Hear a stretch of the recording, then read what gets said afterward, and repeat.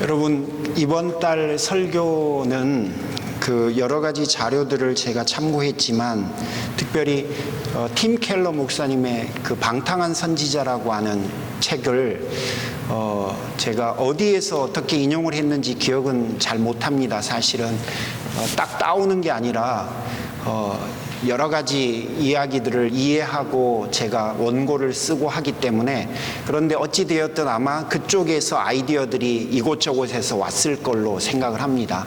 그러니 혹시 여러분 좀 더 관심 있는 분들은 그 책을 좀 참고해 보셔도 좋고, 또 제가 그런 자료들에서 제 설교들이 이곳저곳에서 왔다는 사실을 먼저 말씀드립니다. 저는 영화 람보를 보면서 자랐습니다. 여러분 혹시 람보 영화 아십니까? 밀림을 헤집고 다니면서 이분은 기관총 한 권으로는 성미가 안 풀리는 분이에요. 양손에다 기관총을 갖고 막 쏴대는 거예요. 그러면 여러분 진짜 엄청난 사람들이 한꺼번에 죽습니다. 근데 람보는 절대 안 죽어요. 근데 이게 오게티라면 쏘기도 전에 적군이 가끔 쓰러지기도 한다는 게 이게 좀 그렇습니다. 좀 그런 부분이 있죠. 아무래도 옛날 영화들이니까. 우리 권사님들은 람보를 안 보셨군요. 모르시는군요. 한번 보시기를 원합니다. 이 근육질에 정말 멋지죠. 저는 그 람보처럼 힘이 센 정의의 사나이가 되고 싶었습니다. 혹시 그때 함께 있었던 그 전쟁 영화 시리즈 또 생각나십니까? 코만도. 람보와 코만도가 쌍벽을 이루었습니다. 그래서 저희들은 나는 람보가 더, 나는 코만도가 더 그러면서 했는데, 어찌되었든 제가 어렸을 때는 이 람보와 코만도가 정말 닮고 싶은 그런 사람이었습니다. 요나서 강해를 시작하면서 여러분 오늘 제가 요나라고 하는 인물을 약간은 부정적으로 접근을 할 겁니다. 그러면서 여러분에게 드리고 싶은 핵심적인 이야기는 우리는 요나처럼 살지 말자, 이 이야기를 할 겁니다. 그러니까 평소에 요나에 대해서 긍정적으로 보셨다면, 여러분 제가 요나를 왜 부정적인 시각으로 오늘 보려고 하는지에 대해서 귀를 기울여서 한번 들어주셨으면 좋겠습니다. 요나서의 구조를 먼저 여러분에게 좀 알려드리고 싶은데요. 주보에 보시면 간지가 있습니다. 그 간지를 한번 꺼내셔서 제 설명을 한번 좀 따라와 주시면 좋겠습니다. 요나서에는 두 개의 장면으로 이루어져 있습니다. 첫 번째 장면은 1장과 2장에 해당되고요. 두 번째 장면은 3장과 4장입니다. 패런이 똑같습니다. 그러니까 의도적으로 두 개의 동일한 패턴을 사용했다는 걸 여러분 기억하시면 좋겠어요.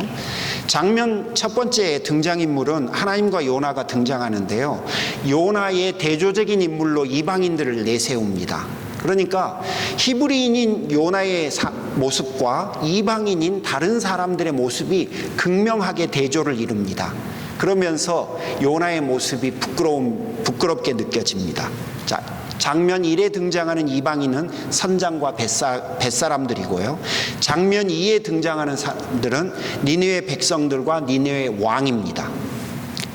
대조적으로 요나와 대조적으로 인물을 그리고 있다는 사실을 이해하고 보셨으면 좋겠어요. 장소는 장면 1은 바다입니다. 2는 니느웨라고 하는 도시고요. 핵심 단어는 큰 물고기와 박넝쿨입니다. 기억하시면 좋겠어요. 자, 본문의 주요한 흐름은 이렇게 돼 있어요. 첫 번째는 하나님의 말씀이 요나에게 임합니다. 전해야 될 메시지가 와요. 요나의 반응이 옵니다. 이방인들의 반응이 있어요. 요나보다 나은 이방인들의 반응이라고 설명해요. 그리고 하나님의 은혜가 임해요.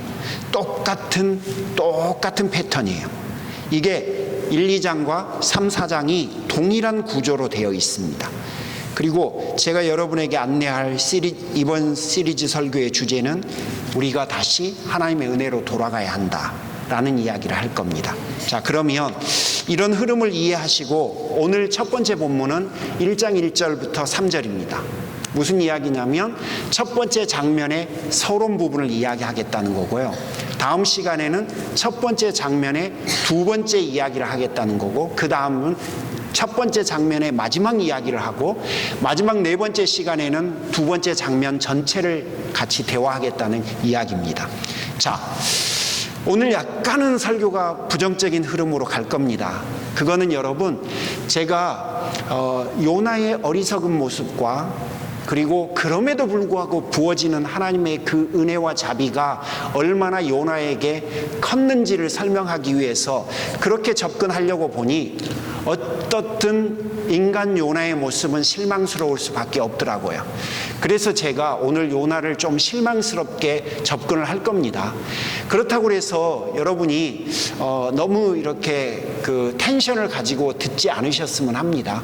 그러니까 우리 인간의 모습은 원래부터 이렇게 나약했습니다.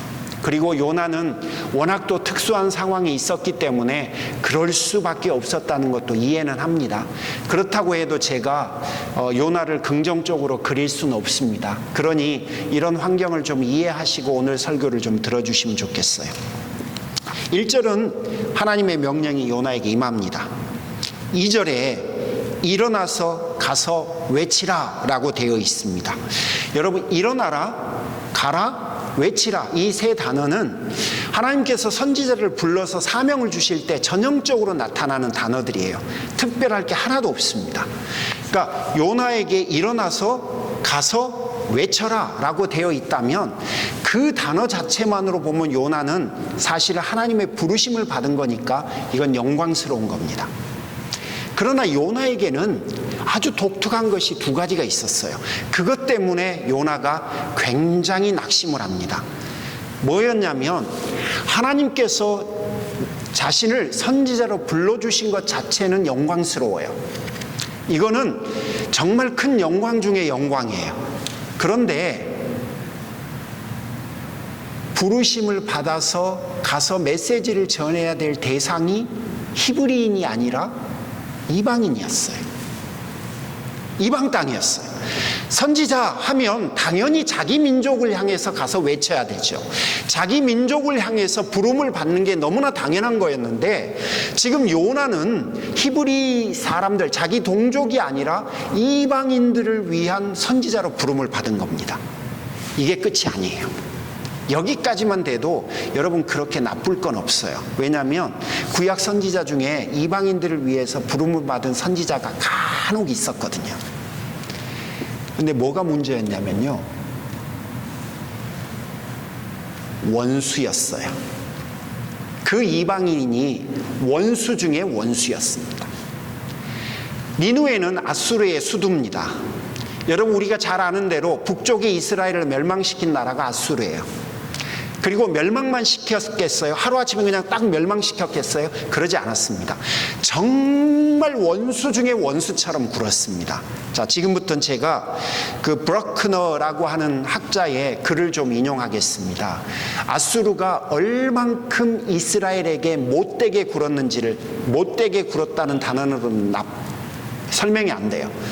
얼마나 폭력적이고 억압적이고 얼마나 정말 사람답지 않게 굴었는지 이분의 설명을 한번 들어보십시오. 브로크너의 설명에 의하면요, 아수르 사람들은 적군을 잡으면 다리 두 개를 잘라버리고 팔 한쪽을 잘라버렸대요. 팔 하나를 남겨놨는데 왜 남겨놨냐면 그 팔 하나를 손들면서 이렇게 흔들면서 그 사람을 조롱하려고 남겨두었답니다.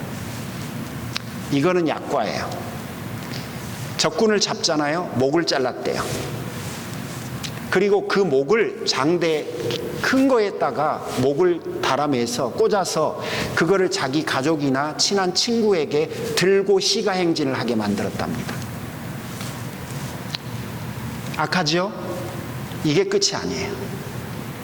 포로를 잡으면, 또 적군을 잡으면 백가죽 같은 데에다가 밧줄을 연결을 한대요.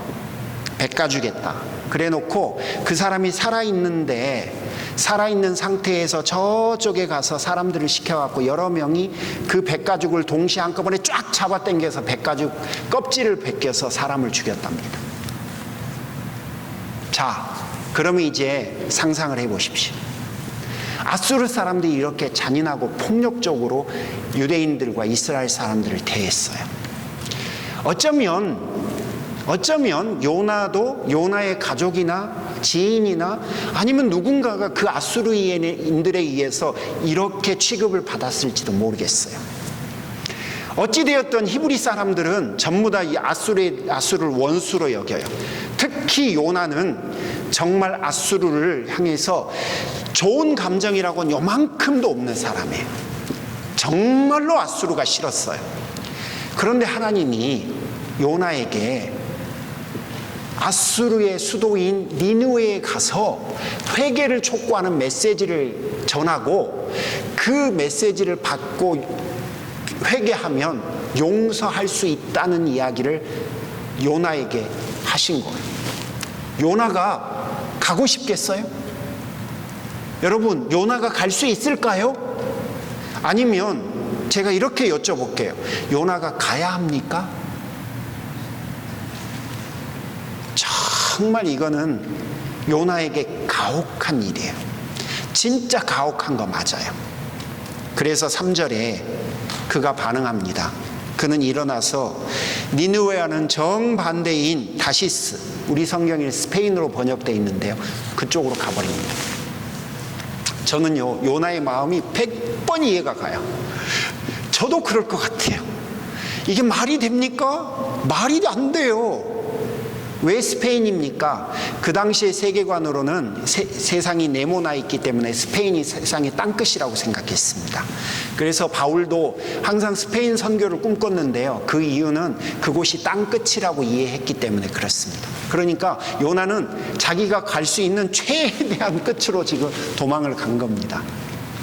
자, 저라도 싫어서 정말 이렇게 할 것 같은데, 여러분, 한 가지 생각해야 될 게 있어요. 요나의 심정은 정말로 이해 가는데요, 요나가 한 그 선택과 그 결정을 정말 우리가 다른 관점에서 한 번은 필터링을 해야 합니다. 지금부터 제가 하는 이야기를 좀 들어보십시오. 자, 아주 정직하게 우리가 직면해 보자고요. 왜 요나는 다시스로 도망을 갔습니까?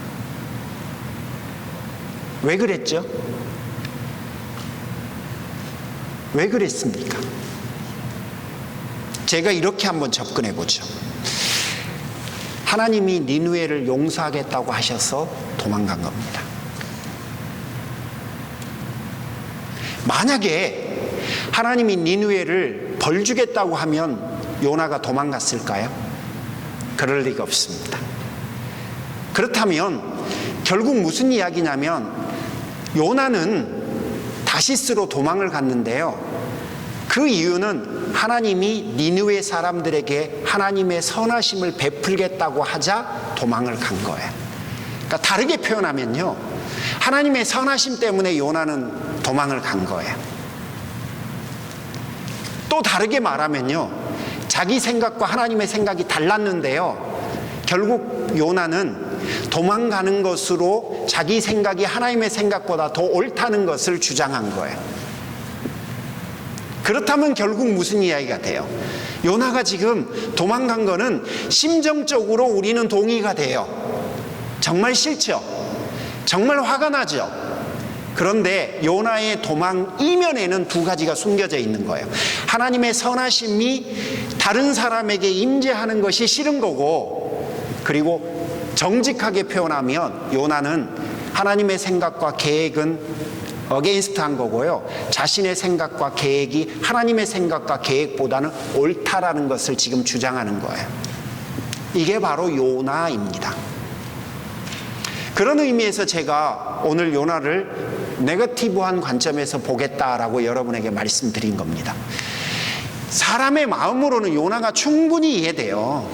정말 이해가요. 저도 솔직히 마음에 안 드는 사람 싫거든요. 그 사람을 위해서 뭐 안 해주고 싶어요. 여러분도 그러지 않습니까? 이쁜 사람 떡 하나 더 주고 싶지, 내가 부담스럽고 싫고 불편한 사람에게 뭔가 호의를 베풀고 싶나요? 그럴 리가 없어요. 그런데 그거는 사람의 마음이에요. 그건 사람의 마음이라고. 하지만 요나는 선지자잖아. 요즘 말로 하면 신앙인이잖아. 신앙인은 하나님의 하나님 되심을 인정하는 사람이에요. 그런데 요나는 그러지 않았습니다. 그래서 저는 요나를 지금 부정적인 면에서 접근을 하고 있는 겁니다. 자, 제가 가장 고뇌한 부분이 지금 말씀드릴 이 부분이에요. 그런데 여러분, 제가 정직하게 고백하면 정말 요나의 상황과 딱 들어맞는 그런 합당한 예를 좀 찾기가 어려웠습니다. 요나는 너무 지금 특수한 상황이에요. 그래서 그의 그 특수한 상황에 부합하는 예를 찾기가 정말로 쉽지가 않았습니다. 그래서 여러분, 제가 그냥 일반화시키려고 합니다. 그러니까 무슨 이야기냐면요, 하나님의 선하심이 누군가에게 임했다고 우리가 그거를 불쾌해하는 것은 합당한가라고 하는 이 일반적인 주제에 대한 제가 서포트를 좀 할 겁니다. 그런데 요나의 상황은 고려하지 않을 겁니다. 이 요나의 상황까지 고려하니까 도무지 설명을 하기가 너무 어려워요. 자, 지난 5월에 그 모하우스 칼리지라고 하는 곳에서 있었던 일들 여러분 들어보신 적이 있습니까? 이게 그 졸업식장에 연설자로 어느 분이 나셨냐면 그 비스타 이퀴티 파트너스라고 하는 그 블랙 피플들에게는 굉장히 선망의 대상이 되고 존경을 받는 분입니다. 로버트 스미스라고 하는 분이 졸업생들에게 연설자로 나섰는데 이분이 이런 이야기를 합니다. 여러분이 대학을 졸업하고 사회를 나가는데 내가 여러분을 위해서 무엇을 해줄 수 있을까 생각해 봤더니 사회로 나가는 여러분의 어깨를 조금이라도 가볍게 해주는 것이 좋겠다 생각되어져서 여러분이 가지고 있는 모든 론을 제가 갚아드리겠습니다 라고 합니다. 그랬더니 졸업생들과 그 가족들이 난리가 났죠. 정말 난리가 났어요. 얼마나 좋겠어요. 여러분 중에 자녀들 때문에 론을 갖고 있는 분들은 그 마음과 그 심정을 이해하실 거예요. 여러분, 그 아이들이 진짜 말도 안 되는 등록금을 내지 않습니까? 특히 사립학교들은 더 심한데 여러분, 만약에 그것들을 4년 그대로 고스란히 가지고 있다고 한번 생각해 보십시오. 이 아이들이 그걸 갚으려면 정말 얼마나 많은 시간이 필요할까요? 그런데 이분이 갚아주겠대요. 자, 근데 그 이야기가 끝나자마자 론이 없는 사람은 무슨 생각이 들까요? 다른 어떤 사람들, 야, 왜 그 사람들이냐? 왜 그 학교냐? 라고 생각이 드는 사람들은 또 어떤 생각을 할까요? 또, 야, 그 정도 돈이면 더 선용할 수 있는 길이 있지 않을까? 라고 생각이 드는 사람들도 있지 않을까요? 자, 제가 하고 싶은 이야기가 바로 그겁니다. 사람들은 어떤 사람이 베푼 선에 대해서 그냥 그걸 선으로 받지를 못합니다. 오히려 그 선에 대해서 이런저런 이야기들 수도 없이 자기들의 의견들을 꺼내놓습니다. 요나가 그런 겁니다.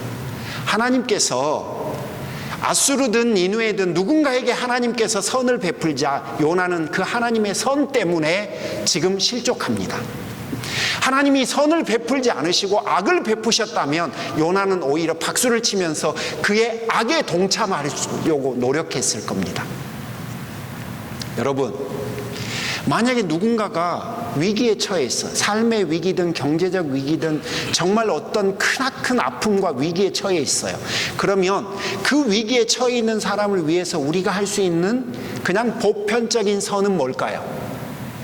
어떻든지 그 사람이 그 위기를 벗어날 수 있도록 미력 하나마 말 한마디라도 보태서 도우려고 하는 게 상식 아닌가요? 그건 당연히 상식이에요. 신앙 이전의 상식이에요. 정말로 그래요. 그런데 요나는 하나님께서 선을 베푸시겠다고 하자 그 하나님의 선에 대해서 사실은 저항하는 겁니다. 그래서 요나는 지금 못되게 행동하고 있는 겁니다. 여러분, 이거를 뭐라고 하냐면요, 요즘 말로 내로남불이라고 합니다. 내가 하면 로맨스고 남이 하면 불륜이라고 하는 거죠. 그러니까 요나 자신에게는 하나님은 끊임없이 선해야 돼요. 하지만 남에게 베풀어진 하나님의 선에 대해서는 지금 마음에 안 들어 하는 겁니다. 여러분, 이게 지금 요나가 하고 있는 겁니다. 여러분, 그러면 안 됩니다. 요나 자신이 인정할 수 없다고, 하나님이 그렇게 행동하시면 안 된다고 말하는 요나의 신앙은 정말 옳지 않은 겁니다. 그런데 제가 깜짝 놀란 게 있어요. 제 안에도 요나하고 유사한 모습들이 많더라고요. 제 안에도 요나가 있었어요. 저에게 임한 상황 속에 하나님의 자비나 선하심이 느껴지지 않고 혹시 저에게 그런 게 보이지 않는다면 저는 자꾸 의심스러운 마음이 들어요. 이게 지금 하나님이 내 삶 속에서 역사하고 계시나? 그런 게 장기간 되잖아요. 그러면 저는 하나님에 대해서 솔직히 말씀드리면 좀 시큰둥해집니다. 어떤 때는요, 하나님의 부르심 자체를 제가 접어버릴까 생각도 합니다. 또 다른 생각들도 있는데요, 제가 좀 나이스하게 접근해야겠다 생각이 들면 하나님에게 타당하고 납득할 만한 근거들을 저에게 설명해 달라고 제가 하나님 앞에 기도합니다. 하나님, 저를 설득시키십시오. 하나님, 저를 납득시켜 주십시오. 하나님, 제가 그렇게 행동해야 될 근거들은 뭡니까? 라고 요구합니다. 그러다가 제가 근거를 못 찾잖아요. 그러면 제 뜻대로 해버립니다. 저는 그렇습니다. 그러니 저나 요나나 똑같은 거죠. 요나가 하나님에게서 달아나 버린 것과 같은 행동들을 저도 서슴지 않고 합니다. 하나님의 생각, 하나님의 뜻, 하나님의 부르심, 저 눈 감아 버려요. 그리고 제 마음대로 해버립니다. 제 안에 있는 요나와 같은 모습이죠. 그러다가 여러분, 제가 요나가 못됐다라고 말을 했잖아요. 제가 못됐다라고 결론에 도달했잖아요. 그렇게 결론에 도달하게 된 근거가 있습니다. 그게 뭐냐면, 성경 안에도 요나처럼 유사한 상황에 처해 있었던 수많은 사람들이 있었는데 이 사람들은 다르게 결정을 하더라고요.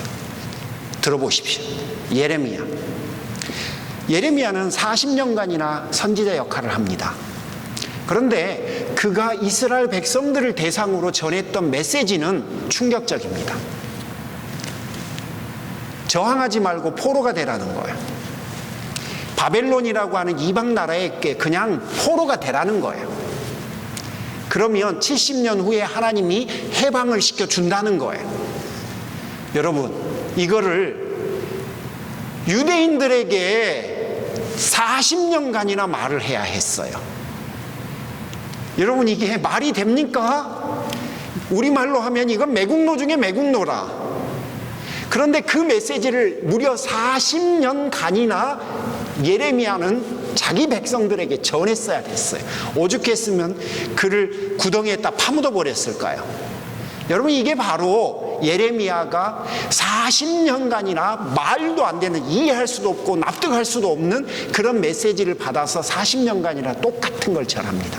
그런데 예레미야는 전했어요. 했어요. 그대로. 더 놀라운 일이 있어요. 마리아, 예수님의 어머니 마리아, 천사를 통해서 그녀에게 메시지가 왔어요. 네가 처녀지만 아들을 낳을 거래. 여러분, 이게 말이 됩니까? 자기가 남편 될 사람은, 요셉은 그 당시 풍습이에요. 6개월에서 1년 동안 집을 지어요. 약혼을 하고 나면 같이 살 집을 짓는 겁니다. 자기 남편이 될 요셉은 지금 자신과 함께 행복한 삶을 살기 위해서 집 짓고 있어요. 그런데 손도 안 잡아본 마리아가, 여러분, 아이를 임신을 했다? 그리고 그 조그마한 동네에서는 이제 마리아가 서서히 배가 불러올 거예요. 그 동네에서 도대체 어떻게 살라는 거예요? 이 마리아가 그 메시지를 듣고 어땠을까요? 요셉은 어땠을까요? 여러분, 말도 안 되는 상황이죠. 그런데 그 상황에 마리아는 처합니다. 그런데 마리아가 뭐라고 합니까? 주의 계집종입니다. 저는 하나님 앞에 당신의 계집종일 뿐입니다. 뜻대로 하십시오. 여러분, 어떻게 이런 일이 벌어질 수 있을까요? 어떻게 이런 말이 나올 수 있을까? 저는 정말로 받아들이기 힘들어요. 제가 심지어 목사이긴 하지만 또 다른 사람 이야기해보죠. 호세아, 진짜 잘난 사람이에요. 촉망받는 그런 장래가 촉망받는 그런 남자입니다. 그런데 이 호세아에게 하나님의 메시지가 임해요. 뭐죠? 여러분, 직업이나 이런 거를 비하하려고 하는 게 아니라 성경에 나와 있는 모습 그대로를 제가 설명합니다. 창녀 고멜에게 장가가래요.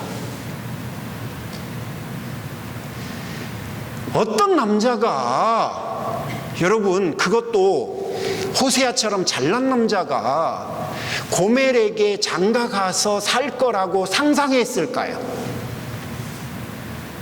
어떤 남자가 그걸 기대하면서 인생을 준비했을까요? 그런데 호세아에게 하나님이 이런 메시지가 임합니다. 그리고 호세아는 그대로 합니다. 여러분, 이게요, 솔직히 말씀드리면 솔직히 감당이 안 됩니다. 저도 이렇게 하라 그러면 못할 것 같아요. 그런데 성경을 보면 여러분, 요나의 상황보다 더 최악의 상황과 부르심이 더 많았다는 걸 여러분에게 지금 말씀드리고 싶은 거예요. 그러니까 요나의 선택만이 이해가 간다라고 그를 동정만은 할 수 없는 게 솔직히 말씀드리면 설교자로서의 제 마음입니다.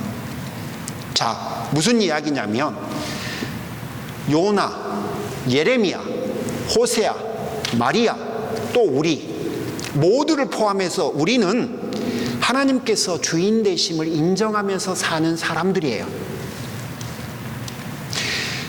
그런 우리가 하나님의 메시지와 정반대되는 내 생각을 쫓으면서 인생을 살아간다면, 오늘 제가 설교 제목으로 쓴 단어를 사용해서 스스로가 신이 되어서 인생을 살아간다면 이건 신앙인으로서 참으로 못난 사람입니다. 사람으로서는 이해해 줄 만하지만 신앙인으로서는 정말 못나고 못난 사람입니다. 저는 오늘 인간 요나 이야기를 하려고 하는 게 아니라 신앙인 요나 이야기를 하려고 하는 거니까, 여러분, 요나는 정말 못난 사람입니다. 그래서 오늘 여러분에게 전해드리고 싶은 첫 번째 핵심 메시지는 우리 요나처럼 못나게 살지는 않았으면 좋겠습니다. 요나처럼 부끄럽게 신앙생활 하지는 않았으면 좋겠습니다. 우리가 아무리 열심히는 산다 하더라도 못나게는 살지 말아야 될 거 아닙니까? 열심히 사는 것과 못나게 사는 것은 여러분 다른 겁니다. 자, 성경은 그래서 너를 부인해라 라고 이야기를 합니다. 너가 신실한 신앙인이 되려면 자기 자신을 부인해야 된다, 그렇게 가르쳤어요. 마태복음 기억나십니까? 자기를 부인해요. 근데 그 자기 부인은 사실은 자기 생각을 부인하는 겁니다. 자신의 뜻을 부인하고 하나님의 생각과 하나님의 뜻을 쫓는 것이 바로 자기 부인인 겁니다. 그러니까 성도는 자신의 생각이 아니라 하나님의 생각을 쫓아가야 되는 사람이 맞습니다. 왜죠? 이사야의 말대로 하나님의 생각은 우리의 생각보다 더 크시기 때문에 그렇습니다. 이게 바로 성도들에게 주어진 여러분 부르심인 거예요. 우리에게 가장 힘이 든 부르심이 바로 그겁니다. 구체적으로 몇 가지를 좀 언급하겠습니다. 요나처럼 살지 말자고 하는 이유가 뭔지를 좀 구체적인 걸 말씀드려야 될 것 같아요. 첫 번째는 요나는 자기 스스로를 신실한 신앙인이라고 생각했습니다. 하나님의 자녀라고 생각했죠. 그럼에도 불구하고 요나는 다른 것은 말고 유독 하나님에 대해서만 과도하게 까다롭고 과도하게 무례했고 과도하게 교만했습니다. 요나가 다른 누군가에게 그렇게 한 게 아니라요, 하나님에 대해서만 그랬습니다. 여러분, 비행기 사고는 한 번 나면 다 죽습니다.